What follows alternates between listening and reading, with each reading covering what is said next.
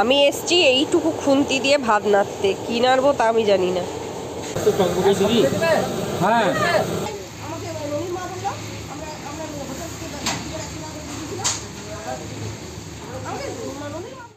Good morning. আজকে সোমবার সকাল 8:30।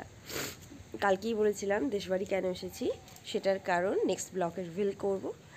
আজকে এই দেশবাড়িতে এই বাড়িটা ছাদ ঢালাই হবে,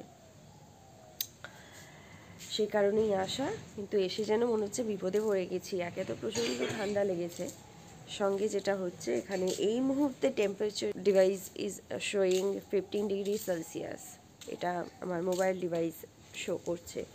গলার কি বিচ্ছিরি অবস্থা, শুনেই বুঝতে পারছেন আপনারা। এই দিকটা আমাদের নর্থ, আর এই দিকের এই দরজাটা দিয়ে সেই কারণে মেন গেটটা খোলা থাকলে প্রচণ্ড হাওয়া আসে। এই যে আমি এখন এখানে দাঁড়িয়ে আছি, যেন মনে হচ্ছে হাওয়াতে আমার পাটা পুরো জমে যাচ্ছে। কিন্তু আজ তো কিছু করার নেই, মিস্ত্রিদের কাজ হবে, ছাদ ঢালাই হবে, মানে দরজা সারাদিন আজকে খোলাই থাকবে। কালকে রাতে একটু চা খেয়ে শুতে গিয়ে ডেফিনেটলি একটু উপকার হয়েছে ঠিকই, কিন্তু হলে কি হবে, আজকে সারাদিন ভোগান্তি আছে। চলুন ব্লগটা শুরু করে দিলাম, শেয়ার করব আজকের দিনটা। তবে ঘুম থেকে উঠি আমি ননিবুড়ো করে বিছানায় শুয়ে শুয়ে হেঁকেছি। কারণ আমি বিছানায় যতক্ষণ শুয়ে থাকি ননিবুড়ো চিৎকার চেঁচামেচি কান্না কাটি হাসি সব চলতে থাকে। কিন্তু আজকে বাবার গলা পাইনি। তাও ভালো লাগবে আজকের ব্লগটা, যারা ভিলেজের ব্লগ পছন্দ করেন তাদের জন্য। ভালো লাগলে অবশ্যই চ্যানেলটিকে সাবস্ক্রাইব করতে হবে, সঙ্গে থাকতে হবে।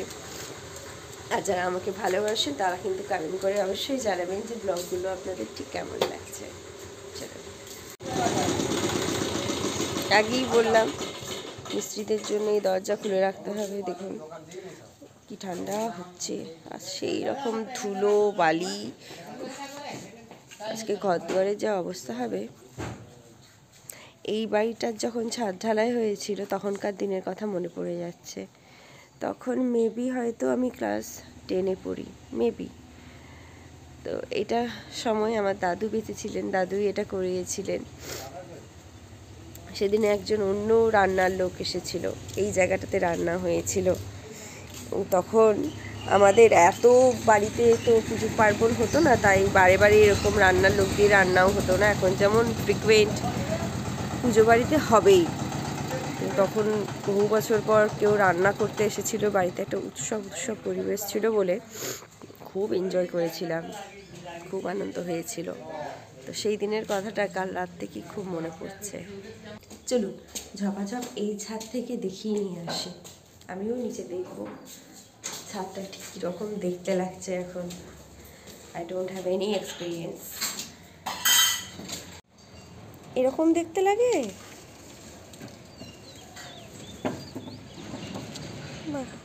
বাবারে, এই ছাদটার কি অবস্থা।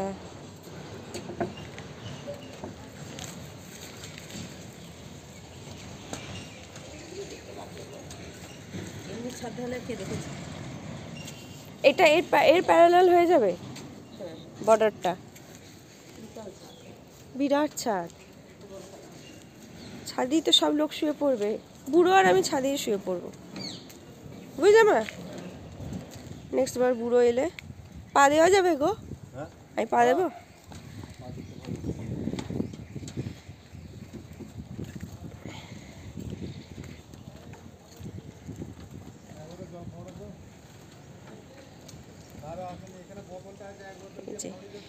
ইলেকট্রিক্যাল লাইনের জন্য সমস্ত কিছু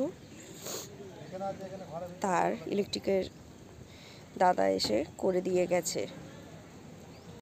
বিরাট ছাদ হচ্ছে, এটা ছাদের এন্ট্রান্স।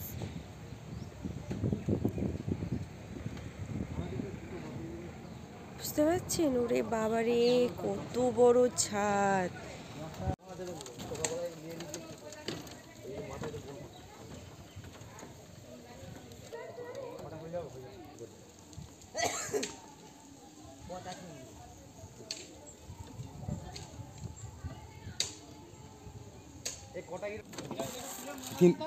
তিন কোণে মোড়া দিয়ে দেন কেন গো? ও হত্যা করবে নাকি?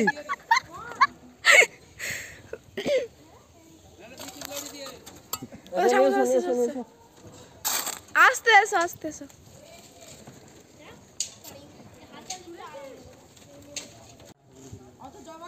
ডবলটা দিয়ে যাও, ডবলটা দিয়ে যাও, ডবলটা দিয়ে গেলে সুবিধা হবে। বাংলা মধ্যে বিচলদেরই মালা কর একটা। না না এখন সব কিচ্ছু বলবো না। এখন আর কেউ কিচ্ছু কমেন্ট করো না।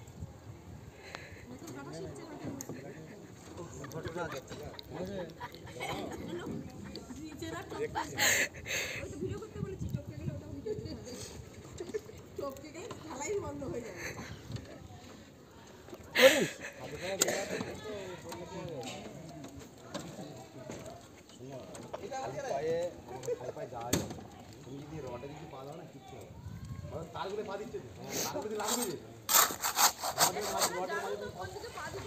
রডের মাঝে তুমি পা দাও, খালি পায়ে ফুটে যাবে, কিছু হবে না। ঠিক আছে? ভালো করেছো, ভালো করেছো। ভালো করে ওদিকটা কে বলে? তিন কর্নিক হয়েছে? হ্যাঁ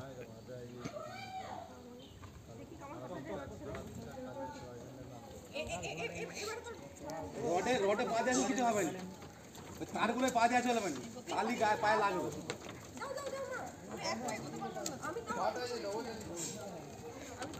আস্তে পড়ে যাওনি, জানা যা খুশি হোক। পারবে না, তুমি পারবে না, তুমি একদমই পারবে না। এই যে ঘরটা ফাঁকা আছে, তুমি এইখানকে আসো, এইখানকে আসো। এই যে একদম পারবে না। কেন তুমি কি করে পারবে? ঠিক আছে, করছিস চুরি করে তুমি পারবে না, একদমই পারবে না। তোমার মুখটা দেখাও, তুমি ভিডিও করতে বলে পালাচ্ছো তো।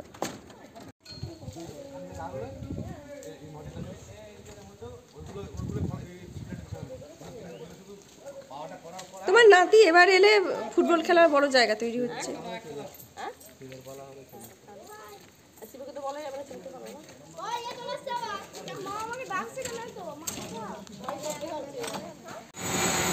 সব বাঁধাকপি কাটা হবে, যতগুলো আছে অতগুলো সব কাটা হবে।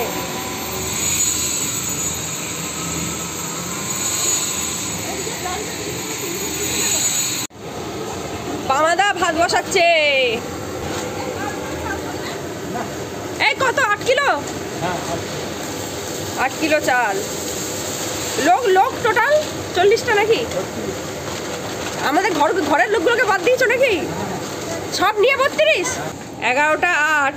প্রথমে মুড়ির থালা নিয়ে বসা হয়েছে, রাঁধুনি আসেনি, কখন যে আমরা খেতে পাবো কেউ জানে না। তো ভাইকে রাখলি না?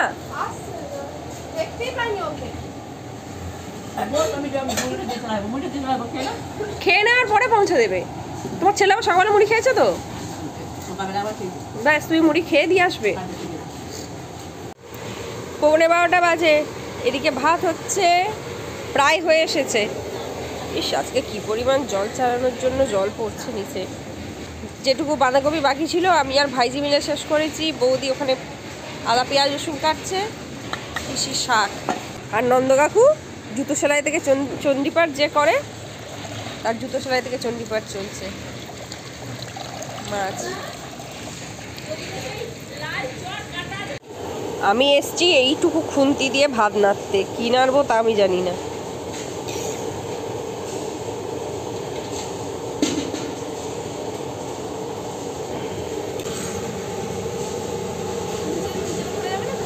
নিচেটা ধরবে না জলে ভর্তি। বাবরে, আসতে কিন্তু খুব সাবধান। ভাতে কিন্তু আমরা সবাই হাত লাগিয়েছিলাম, বাবাদা পালিয়ে গেছিল। বলো বৌদি, রিজাও হাত লাগিয়েছিল। লাগালি হচ্ছে, কাটানোর কেউ নেই, এবার যদি বড় শক্ত আছে কিছু বলার নেই।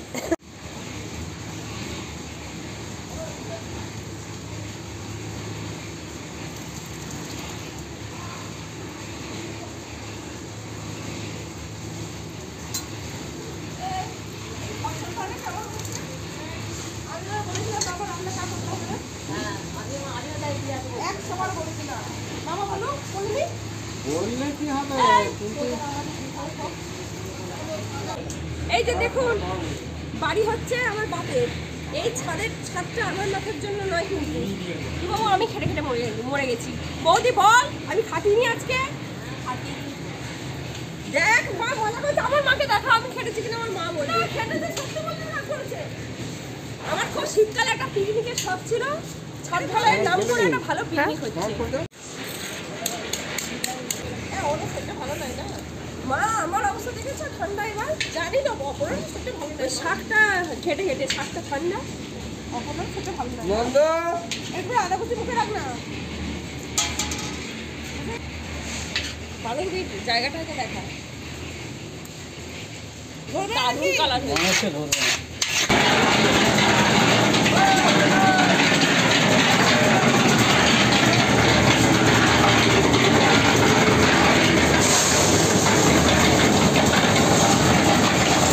আগে যা বালি আছে শাকটাই বেশ কয়েকবার দিতে হবে। বাঁধাকপিটা একবার দিয়ে তোলা হয়ে গেছে, শাকটা হবে না বল।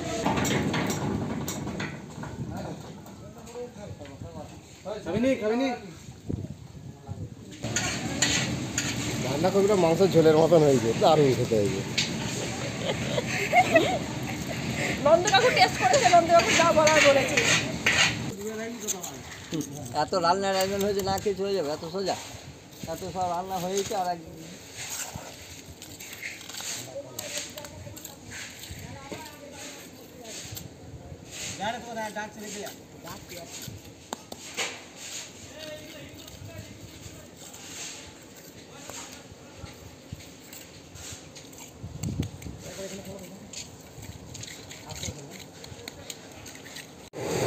এক গামলা রাখা আছে, তারপরে তো ভালোই দেখতে হয়েছে। মাছলি শেষ, চাটনি হয়ে গেছে। ওরা তাড়াহুড়ো করছে। আচ্ছা একদম দিবেন, আর একদম দিবেন। হবে তো হ্যাঁ হ্যাঁ 25 জন 30 জন 30 জন।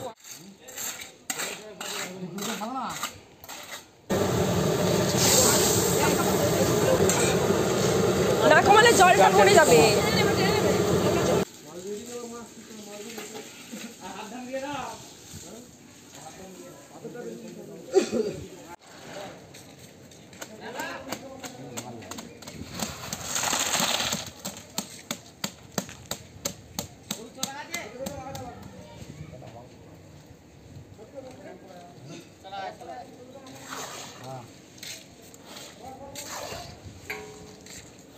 কানটায় জল তুলাটা দেখ।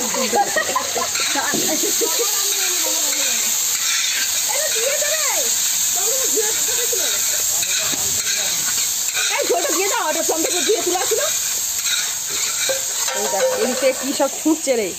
আর তোমার হচ্ছে ইয়ে কি বলে আচ্ছা পিকনিকটা ভাই ভালো হচ্ছে, দারুণ পিকনিক হচ্ছে, সবাই হাত লাগিয়ে। কাকু ঠান্ডায় জল ওটা খেয়াল ছিল না, কিন্তু কেউ মনে করাবে তো আমাকে। চাটনিটা বিরাট দেখতে হচ্ছে, বাবারা করছে কালারফুল।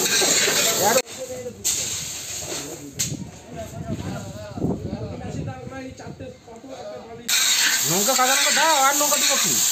দাও দাও কাঁচা নৌকা। মরেছে রে। এই ফিস্টের রান্না কেমন হয়েছে?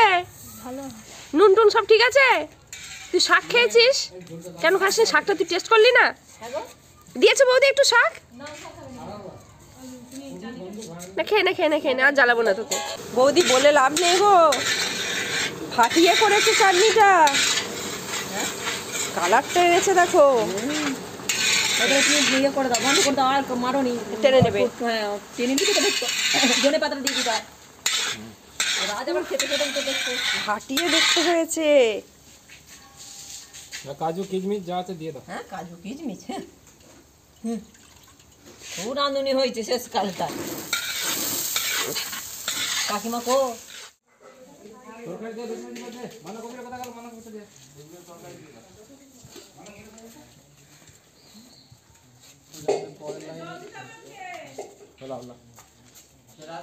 রস দিয়ে চলে গেছে, রস পড়ে গেছে, পাশে থেকে যা। মানুষের রস আছে, ভাতের রস নাই।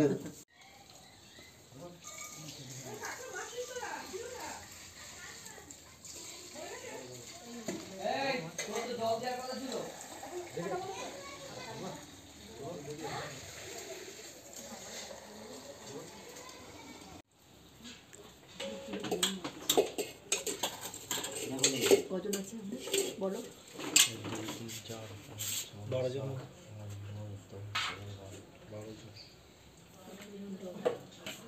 36 পিস মাছ চলতে এইটা দিয়ে দিলে আমার একদিন থাকবে তাহলে এইটা পর্যন্ত যাবে পুরোটা এইটা চলে যাবে তাহলে তাহলে দিলাম হ্যাঁ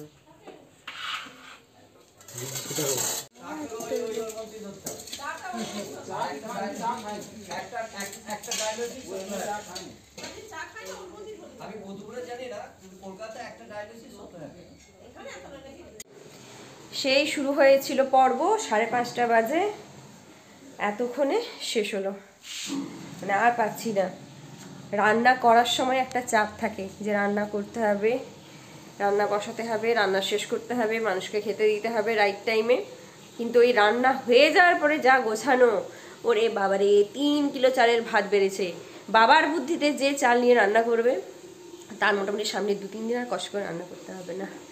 ওই সব কিছু খেয়ে উঠে গোছাতে গিয়ে আমার নাভিশ্বাস উঠে গেছে। 5:30 পুরো বেজে গেছে। এবার আমাকে একটু রেস্ট নিতে হবে। আর অনেকক্ষণ ধরে জল ঢালছি বলে গলার অবস্থা সকালের ব্লগের শুরুতে যা শুনেছিলেন তার থেকে এখন দেখুন অবস্থা আরও টাইট হয়ে গেছে। কাকিমা মানে ঘাটায় ধরে বলছে এমনি করে ট্যাবলেট এলে আমাকে দিতে এসে বাবাদের দেখাও, বাবাদের দেখাও কেমন করে তোমার ছেলেকে দেখালে। না আমার কাটা আমার কাটার দরকার নেই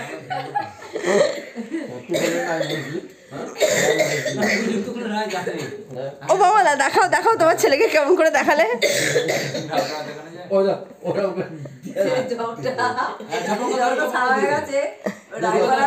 রায়পাড়ার কাকু ছান্তায় করে ঝোল তুলছিল। ঝোলটা তুলছি, ডাবুটা করে তুলছি, ওরা টপ হয়নি।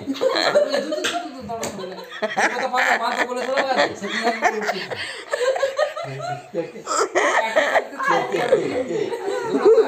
আজকে সারাটাই করে চলছে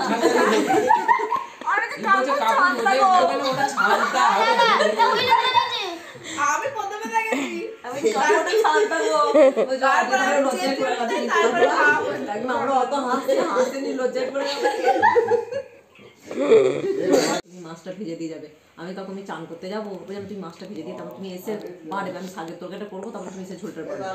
কেন মাছটা গায়ে ফুটে লাগলে কি হবে? রাধে হয়েছে হয়তো ভয়ে রাধে হয়েছে হ্যাঁ আসছে হ্যাঁ আসো আমি তার দুজন খেয়ে নিই। অন্য বলছি, ও বৌদি কেন মাছটা ফুটে লাগলে কি হবে ওর গায়ে? ভয় খাচ্ছে, আমি তো আমাকে বলছে মাছটা ভেজে দিয়ে আমরা সব হাসি হাসিনি ছিল তাহলে রান্না কেড়ে না নিয়ে ভালো যেত। ঠিকটা ছিল না। আমাকে করতে হতো।